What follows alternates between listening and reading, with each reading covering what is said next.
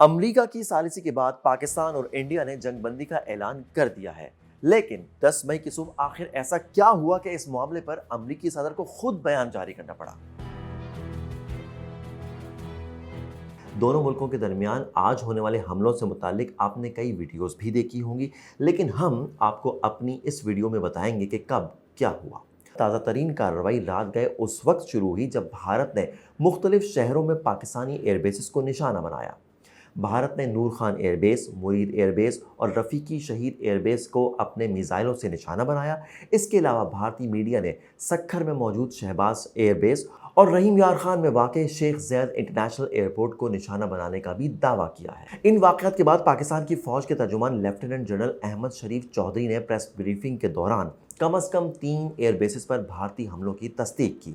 فوجی ترجمان نے بھارت کی جانب سے فائر کیے گئے زیادہ تر میزائل انٹرسیپٹ کر کے انہیں ناکام بنانے کا بھی دعویٰ کیا اور کہا کہ بھارتی حملوں سے زیادہ نقصان نہیں ہوا اور پاکستان ایئر فورس کے تمام ہی ایسٹس سیف رہے۔ یہی نہیں بلکہ پاک فوج کے ترجمان نے یہ بھی دعویٰ کیا کہ انڈیا کی جانب سے فائر کیے گئے بعض میزائل افغانستان کی ٹیریٹری میں بھی گرے ہیں۔ صبح 3:30 بجے کے قریب نشر کی گئی بریفنگ میں ڈائریکٹر جنرل ISPR نے کہا کہ now you just wait for our response. اس کے بعد 4:30 بجے پاکستان کے سرکاری ٹی وی نے بتایا کہ بھارتی حملوں کے جواب میں پاکستانی فوج نے جوابی کارروائی شروع کر دی ہے۔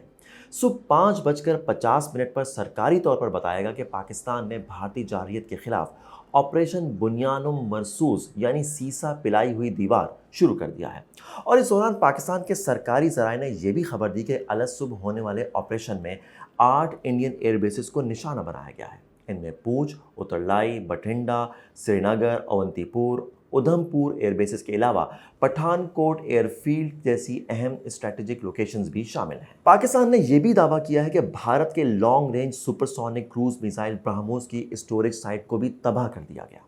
پاکستانی حکام کے مطابق آپریشن بنیان ان مرصوص کے دوران پاکستانی ایئر فورس کے فتح 1 میزائل استعمال کیے گئے، جس سے بھارتی دفاعی نظام کو نشانہ بنا کر تباہ کر دیا گیا۔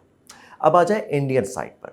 بھارتی سیکرٹری خارجہ وکرم مسری اور فوجی ترجمان کرنل صوفیہ قریشی نے اپنی پریس بریفنگ میں تسلیم کیا کہ پاکستان نے اس کے کئی فوجی ٹھکانوں کو نشانہ بنایا ہے اور اس حملے میں ہائی سپیڈ میزائل استعمال کیے گئے ہیں۔ بھارتی حکام نے یہ بھی تسلیم کیا کہ پاکستان نے ڈرونز، لائٹ ایمونیشن اور لانگ رینج ویپنز بھی استعمال کیے۔ بھارت نے دعویٰ کیا ہے کہ پاکستانی حملوں سے اس کے ایئر بیسز کو کوئی بھی نقصان نہیں پہنچا۔ بریفنگ میں مزید کہا گیا ہے کہ بھارت نے پاکستان کی جانب سے حملوں کا مؤثر جواب دیا، لیکن اس بریفنگ کا سب سے اہم جملہ یہ تھا کہ انڈیا تناؤ بڑھانا نہیں چاہتا، بشرط یہ کہ پاکستان بھی ایسا ہی کرے۔ دونوں ملکوں کے درمیان 7 اور 8 مئی کی درمیانی شب شروع ہونے والی جھڑپوں کے بعد دونوں جانب سے ایک دوسرے کے خلاف کارروائیاں کی جا رہی ہیں۔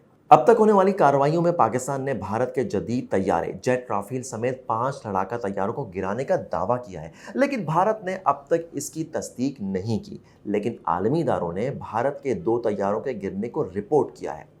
واپس آتے ہیں انڈین حکام کی پریس بریفنگ پر، تو اس بریفنگ میں مزید کہا گیا کہ پاکستان نے تقریباً 26 مقامات پر حملے کیے اور دعویٰ کیا کہ حملوں میں سویلین آبادی کو نشانہ بنانے کی کوشش کی گئی۔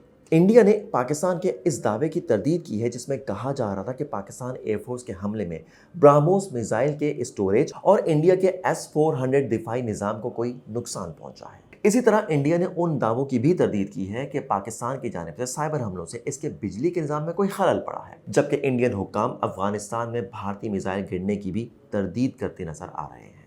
بہرحال دونوں ملکوں کی جانب سے ایک دوسرے کو بھاری نقصانات پہنچانے کے دعوے کیے جا رہے ہیں، لیکن مزے کی بات یہ ہے کہ بھارتی سیکرٹری خارجہ نے 10 مئی کو ہونے والی پریس بریفنگ میں وقت کی کمی کے باعث، جی ہاں، وقت کی کمی کے باعث صحافیوں کے سوالات لینے سے معذرت کر لی۔ دونوں ملکوں کے ذرائع ابلاغ اپنے اپنے انداز سے صورتحال کی کوریج کر رہے ہیں، لیکن برطانوی اخبار دی گارجین کی ایک خبر کے مطابق انڈین فوج نے پاکستان کی سرحد کے ساتھ بڑے پیمانے پر اضافی فورسز کو متحرک کرنا شروع کر دیا ہے اور اپنی ریزرو علاقائی فوج کو بھی فعال کر دیا ہے تاکہ آپریشنل طاقت کو یقینی بنایا جا سکے۔ اب تک سرحد کے دونوں جانب ہونے والی اموات کی تعداد 48 کے قریب بتائی جا رہی ہے۔